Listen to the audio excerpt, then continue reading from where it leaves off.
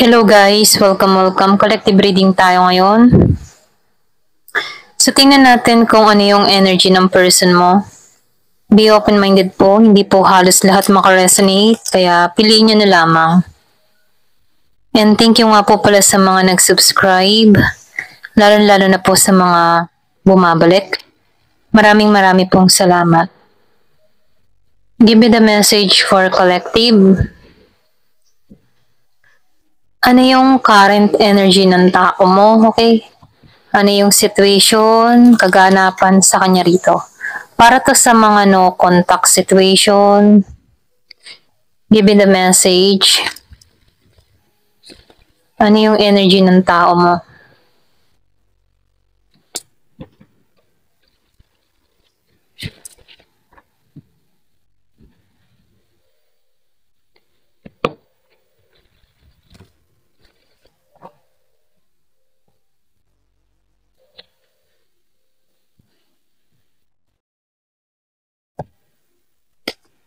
Meron ka ditong strength. Reverse, okay? So, Ace of Cups. Page of Wands reverse. Nine of Wands reverse. Queen of Cups reverse. Nine of Pentacles upright. Eight of Swords. And the Lovers reverse. So, pasensya na sa mga naririnig ninyo. Nandito tayo sa bundok. Okay. Kaya medyo nakikinig niyo yung mga huni ng ibon, baboy, manok. Okay. Ayan. Pato. So, nakikitaan ko dito. So, ano na lang po pasensya po kung may marinig kayong mga ingay. Ayan. So, meron ditong Strength reverse and the Ace of Cups. So, meron ako nakikita ditong Leo, Scorpio, Cancer, Pisces, Aries, Leo, Sagittarius, ano? So, malakas dito yung Pisces. Meron din ako nakikita ditong Virgo, Capricorn, Taurus. Gemini, Aquarius, and Libra. So, malakas ang Gemini, Leo, Pisces, and Taurus. Okay, ito na yung nakikita ko, no? Pero ganun pa man, halos lahat nandito, meron lang malakas na zodiac sign. So, nakikitaan ko dito na yung tao mo dito, no, meron siyang pag-anilangan dito. Okay, ito rin na-feel ko, no. Mahal ka ng tao nito, andun pa rin yung kanyang nararamdaman sa'yo, hindi nawala to, okay. Kumbaga itong tao nito, lagi kang nasa isip nito, okay. Yung bang tipo na may nagtutulak dito sa tao na to na mag-message sa'yo, okay? Pero ganun pa man, ano, itong tao mo, hindi niya alam kung paano magsisimula sa'yo, wala siyang lakas, okay? Na magbigay ng topic or wala siyang lakas na magbigay ng mensahe sa'yo, okay? Pwedeng sabihin natin na matindi yung atraso kaya wala siyang lakas dito, no? May pangangamba siya dito, ito lang nakikita ko. So, medyo nababahag ang buntot ng tao mo dito kasi meron siyang takot, okay? Pwedeng takot siya sa'yo, okay? Takot siya sa mga sasabihin mo sa kanya dito. Kaya, itong tao na to, no, wala pa siyang pag-usad or pagkilos na ginagawa sa'yo. Pero andun yung love, okay? Andito yung love ng tao mo sa'yo. Andun pa rin, hindi nawawala, okay? Kumbaga nakikita ko dito na tinatago niya, okay? Tinatago niya yung nararamdaman niya sa'yo. Ito lang nakikita ko, okay? May pagtago ng kanyang nararamdaman, okay? Wait lang ha. Buksan ko lang tong aking candles na namatay gawa ng malakas ang hangin. Ayan.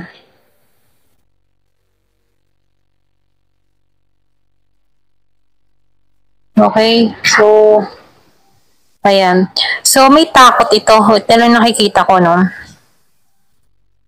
So, nakikitaan ko dito,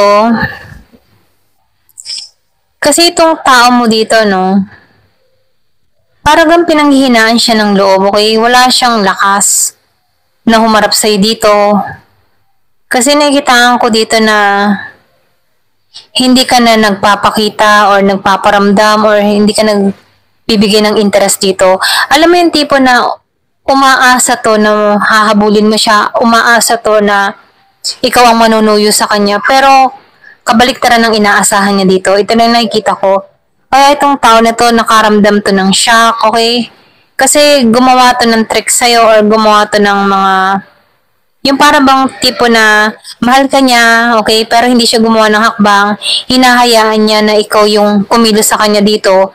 Pero ganun pa man, nag-iba ka ng direksyon. Ito na yung nakikita ko, no? Pwede rin sabihin na mas pinagpukusan mo yung sarili mo, okay? Sarili mong paglago. Parang nakikitaan ko dito na ayaw mo intindihin tong tao mo, okay? Kaya itong tao mong ito, nakikitaan ko dito na biglang nagbagsakan yung kanyang mga harang, yung kanyang boundary dito para sa'yo, okay? Kasi hindi niya inaasahan na hindi mo siya susuyuin dito. Alam mo yung ganun, hindi mo siya suyuin. So, itong tao na to, na-shock siya kasi hindi niya inasahan yung ganong sitwasyon or yung kahihinatnan, Kasi itong tao na to, para bang may predict siya na hahabol ka sa kanya or meron siyang ganong kutob na ikaw yung manunuyo sa kanya. Okay? Pero iba sa inaasahan niya dito. Ito lang nakikita ko, no? So, nakikita ko rin dito na ikaw, mas pina-priority mo yung sarili mo, okay? Nire-renew mo yung sarili mo or pwede rin sabihin na mas lumalago ka dito. Ito lang nafe-feel ko sa'yo, no? Kumbaga, yung iba sa inyo, nakatuon ka sa pentacles mo nakatuon ka sa mga negosyo or kung may negosyo ka man, sa trabaho mo, mas nakatuon ka sa stability mo. Ito lang nakikita ko sa'yo, no? So, nafe-feel ko dito, ayaw mong matrap. Ito lang nakikita ko. Ayaw mong matrap sa ganitong sitwasyon, Ayaw mong matrap muli dito. Ito lang nakikita ko. Kasi nakikitaan ko dito, naranasan mo dito sa tao mo na alam mo yung tipo na hindi ka pagbigyan ng oras, hindi ka suklian ng pagmamahal, or pwede rin sabihin ikaw na lang ng ikaw, okay? Kaya parang nagsawa ka dito. So, before malabo para sa'yo na, alam mo yung tipong hindi malinaw para sa'yo, yung ginagawa ng tao mo, okay? Pero ganun pa man, nakikitaan ko dito na siya ngayon ang naguguluhan dito, okay? Parang hindi niya matanggap dito na unti-unti ka nang umiiba, okay? Unti-unti ka nang umiiba ng direksyon. So, nafe-feel ko dito na nawawalan ka na ng amor, interest dito sa tao mo, okay?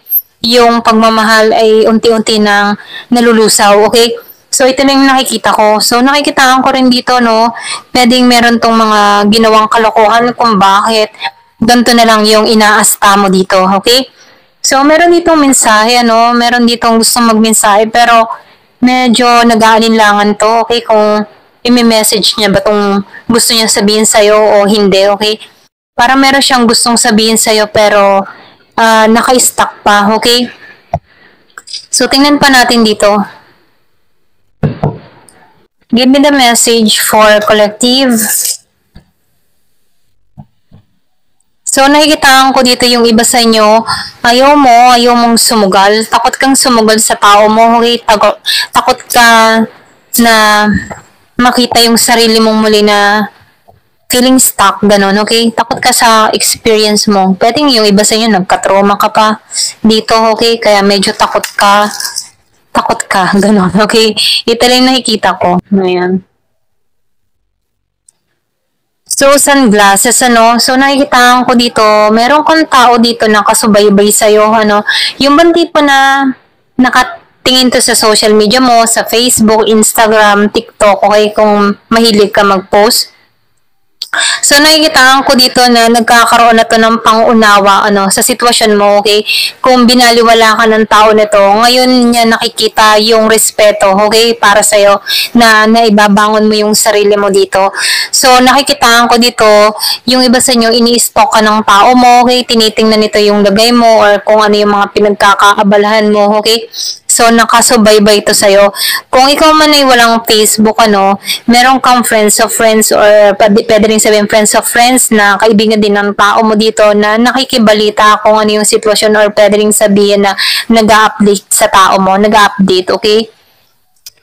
So, meron ditong abundance, ano. So, nakikitaan ko dito yung positive mindset. Meron kang minanifest or pwedeng sabihin na ito yung hinihiling mo yung stability, okay? Na pinagkaitan sa'yo before. So, ngayon nakikitaan ko dito yung blessing, ano, patuloy na blessing yung parating, okay? So, nakikitaan ko ditong marami kang natutunan sa experience na to na kung saan nagagamit mo to, okay?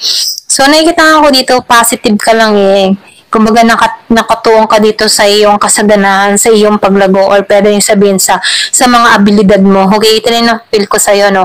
So, nakikita ko dito na mas nakatuon ka sa pera, okay? Sa paglago ng pera mo, ganon. So, meron ditong the golden mirror. Golden mirror. So, nafe-feel ko dito, no, masyado kang nasaid, masyado kang na-drain ng tao mo dito. Ito lang nafe-feel ko sa'yo, no. Meron kang tao dito na very narcissist or pwede rin sabihin na masyado siyang, alam mo yung tipo na once nakasama mo siya, para kang laging may problema. Ganun yung nafe-feel ko sa'yo, no. Yung bang feeling mo, siya, okay, nag-glow siya pagkasama ka, pero ikaw, puro mukha kang stress dito nung nagsasama kayo dito. Ito lang nakikita ko, no. Kasi nakikitaan ko dito, may pagka one-sided to Kumbaga, alam mo yun, sinaside ka porket mahal mo siya. Ganun, okay? So, pasensya na kung meron kayo naririnig na baboy. Meron lang kinakatay sa kapitbahay, okay? So, ito na yung nakikita ko dito, okay? So, narcissist tong tao mo. Ayan. So, meron ditong paradise. So, nakikitaan ko dito, ano, na meron ditong happiness or kasiyahan, kagalakan na parating, ano, na kung saan mag-enjoy kayo sa bawat isa, okay? So, pwede rin yung iba sa inyo may pagpaplano ka or meron ditong celebration na mangyayari, okay? Ito lang yung nakikita ko. Ayan. So, tingnan pa natin yung iba pang kaganapan. Give me the message for collective. Ano yung energy ng person mo?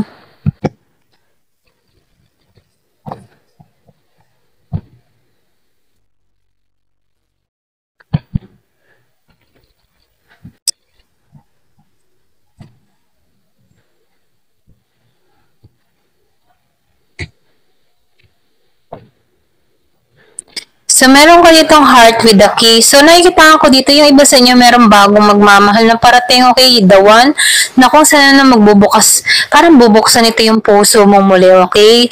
So, nakikita ko dito, gusto nitong kilalanin ka, gusto ka nito, or pwede rin yung iba sa inyo, meron ka nang nakakausap mo yung bago, okay? Na kung saan binubuksan nitong muli yung puso mo, okay, nagmamahal ka muli dito. Kumbaga, nausbong muli yung kilig sa damdamin mo, no? Kumbaga, nakikitaan ko dito na meron ditong the one na parating sa iba, okay? So, meron ditong girl with the snake. Yung iba naman sa inyo, meron ka ditong tao na masyadong pwedeng babaero or lalakero, no? Meron tong kinakasama ngayon, okay? So, lumabas na, no? Narcissist na naman. So, nakikitaan ko dito, meron kang taong narcissist, okay? So, nakikita ko dito, kailangan mo mag-put ng boundaries dito sa tao na to. Okay, ito rin nakikita ko, no? So, pwedeng gamitin ito yung charm niya sa'yo, okay?